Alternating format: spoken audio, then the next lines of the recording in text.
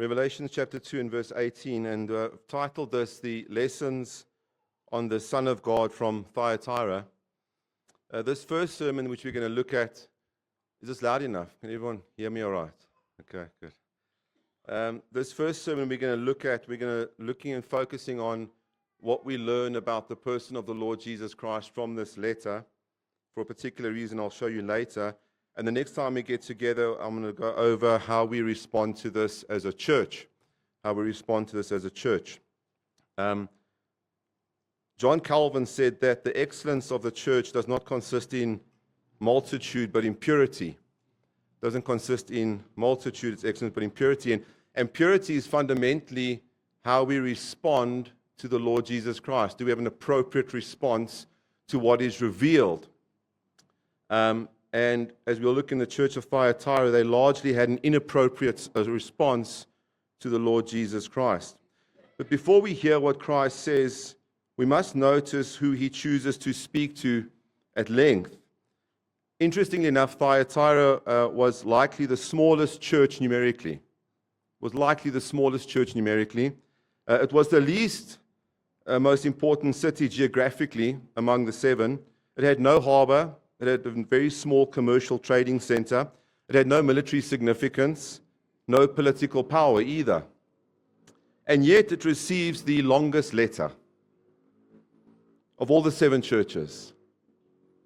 And the point that we can learn about our Lord Jesus Christ up front is that Christ does not measure the significance of the church the way the world does. What looks insignificant to Rome and the world is intimately known by the Son of God. So we tend to think big churches, a lot of people, multitude, Christ must have vested interest there, must be active there. But in this particular letter, it is the most insignificant church, and they receive the longest letter. Some historical context will help us here as well. Thyatira was a trade city, and it was known especially for its guilds. And guilds, think of craftsmen or tradesmen. And the particular trade which was of value was metal workers, bronze and copper. It had dye makers, wool and textile workers, leather workers as well. But the guilds and the craftsmen, they had a membership, and the membership was directly tied to how financially well you did. So membership was economically necessary with these guilds. But the problem was that these guilds or these craftsmen meetings, they often had idle feasts and sexual immorality. So to refuse to participate would mean economic loss. That's what it would mean. And so with that background, you can understand why compromise would feel reasonable. Or even compassionate. And why Christ also speaks so directly. The Lord's tone in this letter is very direct, it's very firm, and it's sovereign. And it's for good reason. And in order to help us understand, I think it's best as we look at this letter is to read this letter from Christ outward, not from the church inward. We must look at this letter from Christ outward. We must keep our eye on what it teaches about him. And fundamentally, the reason is, as we'll unpack this now, in section 1, we're going to look at it in 3 different sections on lessons learned on the Son of God. In section 1, we see that the Son of God, who is present, pure, and all-seeing. And this covers verses 18 to 19. Now, it says here the words of the Son of God. That title, Son of God, is unique. It's uniquely used among the seven. It's the only time it's used. And the Christological weight behind that, he says, the Son of God who speaks. None of the other churches get addressed that way. And that's the reason I think we need to keep our eye on Christ and read this from Christ outward. Son of God, he asserts divine authority. It's his exclusive right to rule the church, and he's addressing his final authority over revelation and morality. So understand, in a city filled with competing authorities, these guilds, these tradesmen, the prophets, and all various idols, Christ declares who alone has the right to speak. He says it's the Son of God, the mediator, the King. So this is not merely Christ addressing the church. It's Christ assessing or asserting his identity before he judges the church. It's very important that we understand that Christ is asserting his identity. In other words, his attributes accord with his address. It says of him, eyes like flame of fire. Eyes like flame of fire. And what this would be something which obviously is they would have been familiar with, but it's the symbol of penetrating moral knowledge. Penetrating moral knowledge. So there's no passive observation. The Lord Jesus Christ is not passive with his church, and he's not passive in his church. Eyes of flame of fire. Nothing's hidden and nothing's excused. Everything is done unto him. When we sin in our hearts, the gossip, the backbiting, the bitterness, while we may not see it, he has eyes like flame of fire, the penetrating moral knowledge and insight. It says he has feet like burnished bronze, and this is likely resonates in a metalworking city. And it speaks of purity, it speaks of firmness. Christ stands immovable. Christ stands immovable in holiness among his people. So culture changes and traditions change all the time, but Christ never changes. And in this church, he wants to show them that he is immovable in purity and holiness. And just remember, brothers and sisters, this same Christ with eyes like flame of fire and feet as burnished bronze is the same one at BBC. He remains the same Lord Jesus with eyes like a flame of fire and feet like burnished bronze for us, as he was for Thyatira. He remains the same. In verse 19, we see Christ's intimate knowledge of small graces. Christ's intimate knowledge of small graces. He says, I know your works. Now, he says, I know your works, and he lists them, your faith, love, faith, service, and endurance. But if you read this, it almost comes across as more of an acknowledgement. He says, I know your works. He lists them. He doesn't elaborate on any of them. He doesn't expand on any of them. So it can almost come across as if he says, I know, and the commendation almost seems like just an acknowledgement if you read it. Because he immediately says, your latter after that, your latter works exceed the first, and he says, but then I have this against you. But just back up and look at this. This church is not declining in works. They're not declining in works. They're growing in works. Because he says your latter works exceed your first.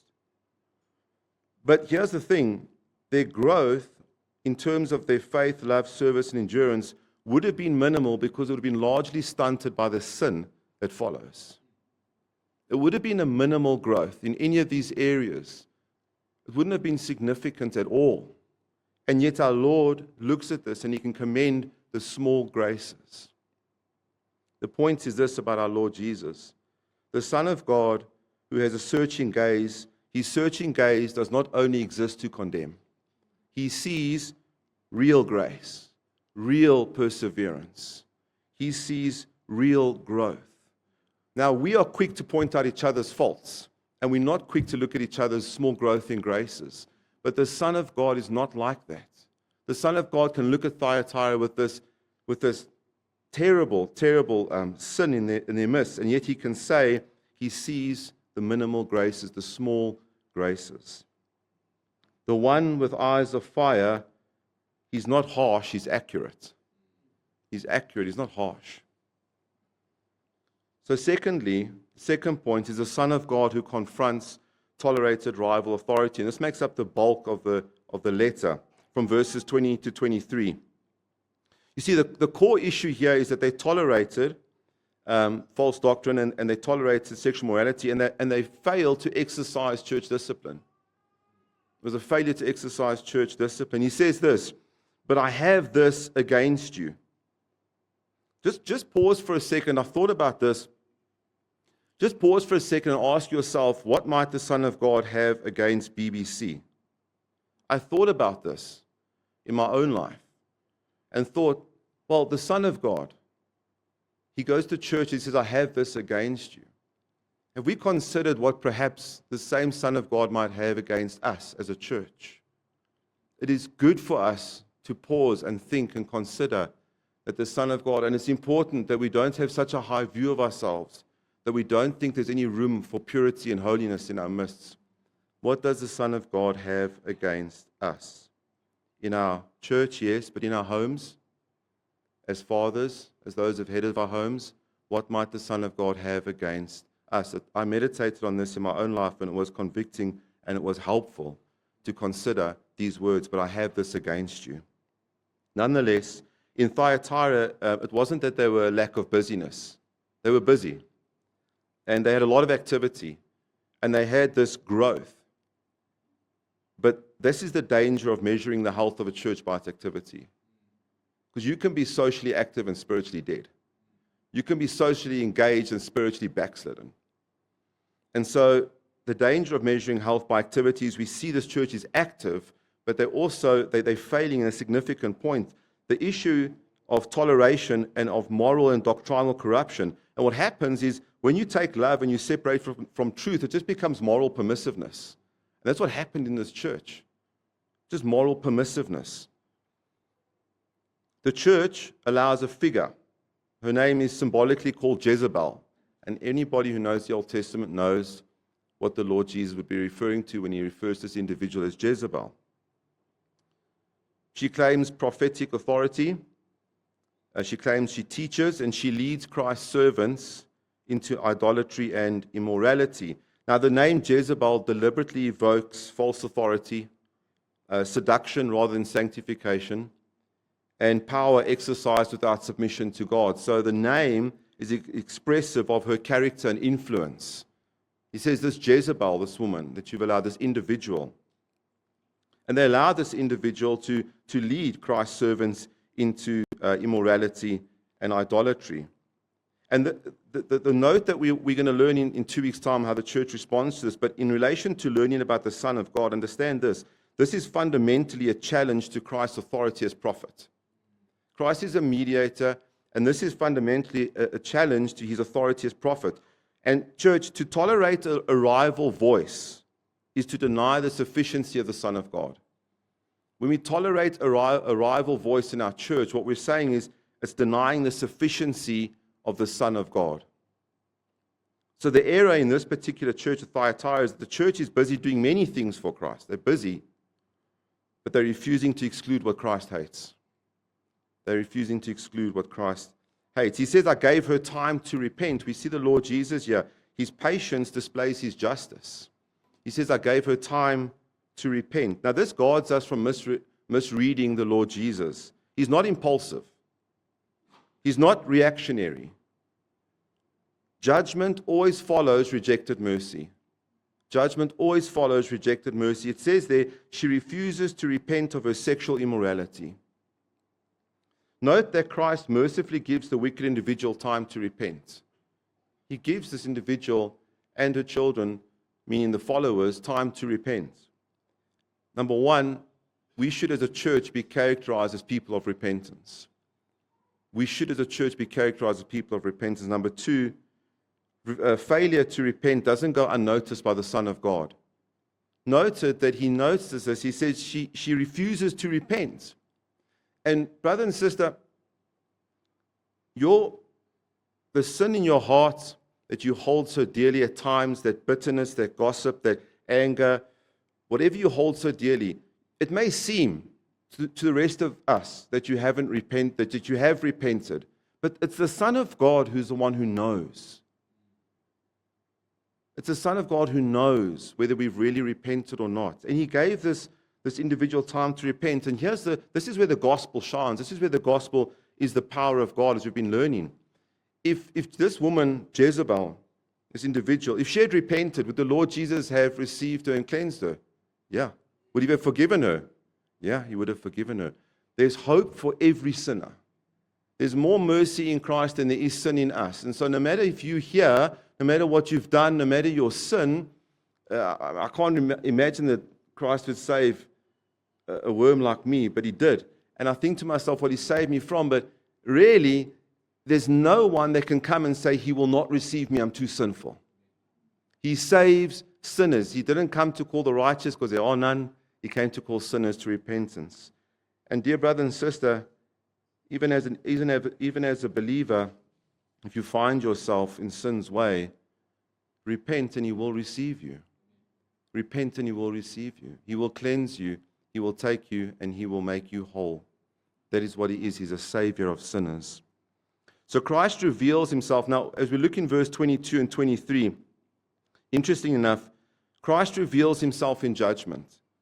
He says there, unless they repent of her works, I will strike her children dead. And by children, he means those who follow her. And all the churches will know. He says that, and all the churches will know. So Christ's judgment has a purpose. It's not merely just punishment. He's not just there to punish. But understand this, it's a revelation. The judgment of Christ is a revelation, and it's a revelation of his nature as head of the church.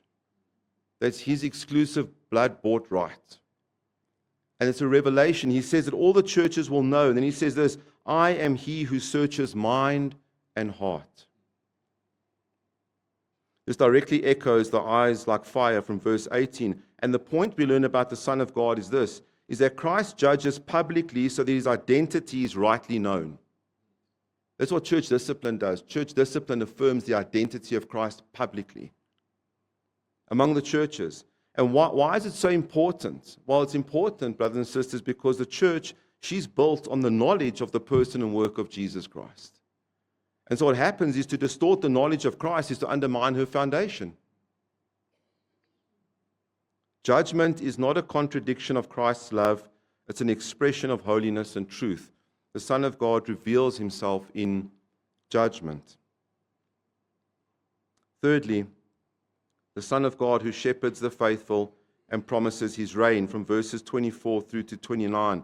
And here we see the pastoral tenderness from the same Christ. He says, but to the rest of you who do not hold this teaching, who have not learned what some call the deep things of Satan, and the deep things of Satan here refers to some kind of Gnostic teaching probably, where they were taught that you were free to engage in satanic rituals of the body and indulgences, and it won't affect or harm your spirit.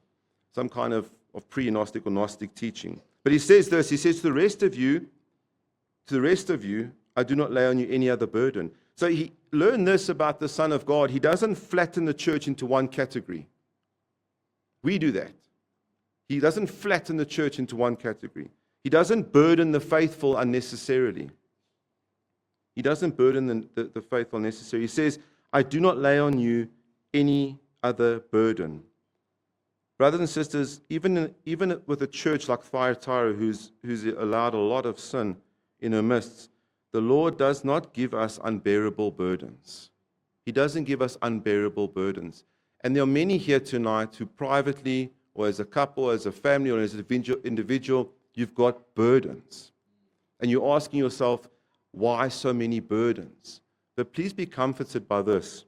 Amidst your burdens, if Christ can say to a church like this, to the faithful in the church, I do not lay on you any other burden, be rest assured he knows your burdens. He will not give you more than what you can bear because he bears it with you. He said, my burden is light.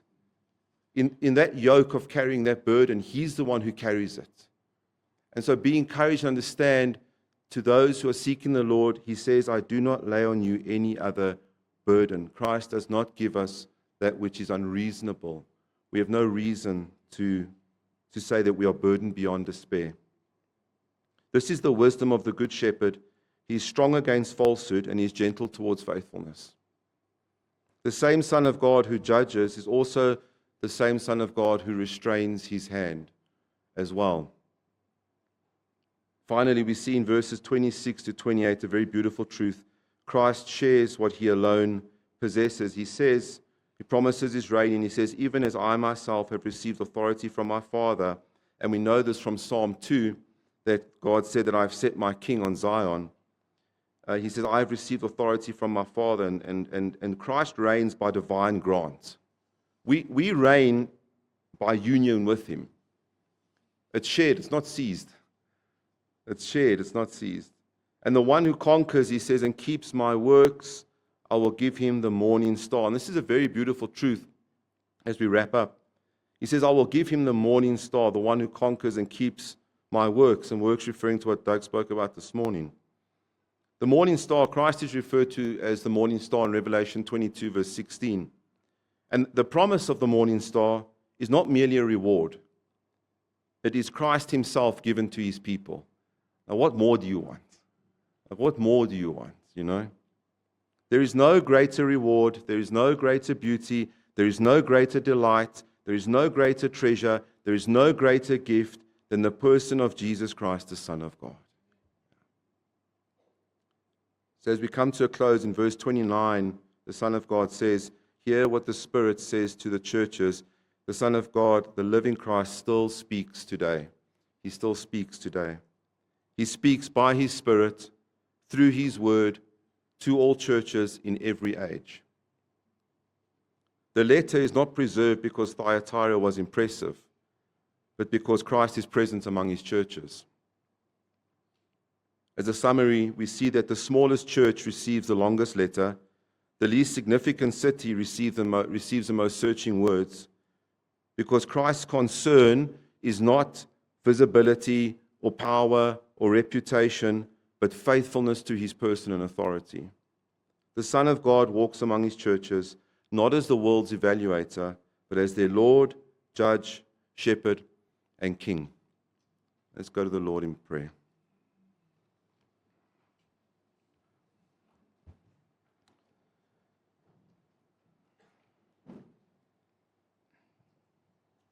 Our Father, we thank You, merciful Lord, that You have preserved this, Lord, which we as sinners can associate with. We understand, O God, that we are those who have sinned against You. Thank You for the Son of God who gave Himself for us.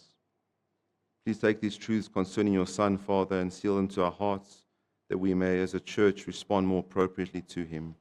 We ask this in His beautiful name. Amen.